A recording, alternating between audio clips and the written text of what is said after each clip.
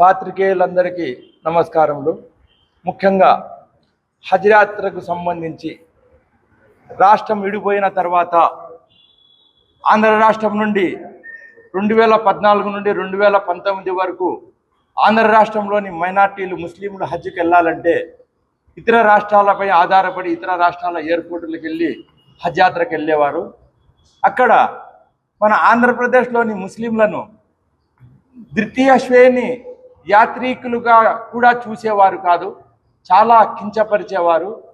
అది చూసినటువంటి జగన్మోహన్ రెడ్డి గారు ఆ అల్లా దయ వల్ల అధికారంలోకి వచ్చిన వెంటనే ఆనాటి కేంద్ర మైనార్టీ శాఖ మంత్రి అయినటువంటి స్మృతి ఇరానీ గారితో మాట్లాడి ఆంధ్ర రాష్ట్రాన్ని 23వ హజ్ యాత్రకు బయలుదేరే రాష్ట్రంగా ప్రకటించేటట్లు ఏర్పాటు చేసినటువంటి ఘనత మన ఆనాటి ముఖ్యమంత్రి వైఎస్ జగన్మోహన్ రెడ్డి గారిది.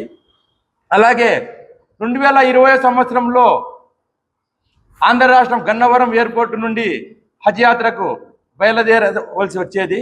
కానీ దురదృష్టవశాత్తు కరోనా మహమ్మారి వల్ల హజ్ యాత్రని సౌదీ ప్రభుత్వం రద్దు చేయడం వల్ల 2020 సంవత్సరము, 21వ సంవత్సరము, 22వ సంవత్సరము గన్నవరం ఎయిర్పోర్టు నుండి హజ్ యాత్రకు మన ఆంధ్ర రాష్ట్ర ప్రజలు వెళ్ళడానికి నోచుకోలేదు.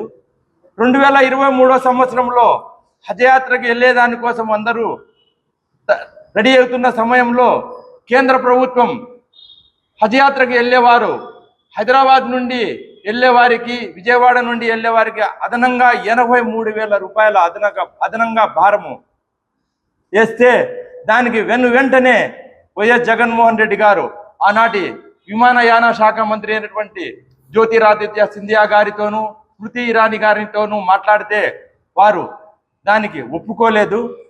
83,000 రూపాయలు అదనంగా చెల్లించవలసిందేనని చెప్పగా వెంటనే 24 గంటల లోపల 1813 మంది అకౌంట్లలోకి 83,000 రూపాయలు జమ చేసినటువంటి ఘనత వైఎస్ జగన్మోహన్ రెడ్డి గారిది. ఆ విధంగా పోరాటం చేసి సాధించుకున్నటువంటి మన విజయాన్ని ఈరోజు ఈ కూటమి ప్రభుత్వము తుంగలో తెక్కి ఆంధ్ర రాష్ట్రం నుండి విజయవాడ నుండి హజ్ యాత్రకు వెళ్ళేదానికి అవకాశం లేకుండా చేస్తూ ఉన్నది. ఇప్పటికైనా మీ ఆలోచన విధానాన్ని మార్చుకోండి.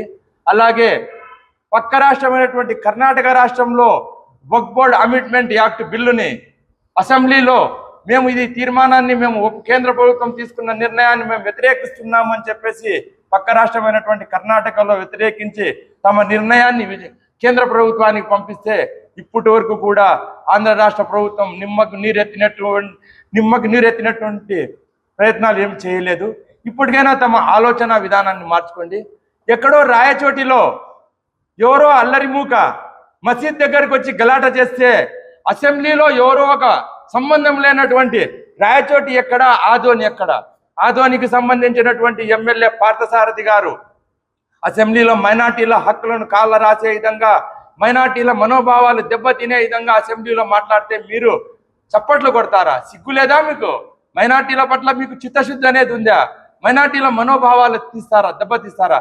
ఇప్పటికైనా మీరు మైనార్టీల మనోభావాలు దెబ్బతీయకుండా, మైనార్టీలను వ్యతిరేకించకుండా మైనార్టీల పట్ల మీరు సుముఖంగా ఉండాలని తెలియజేస్తూ ఈ అవకాశం ఇచ్చినందరికీ ధన్యవాదాలు తెలియజేస్తున్నాను.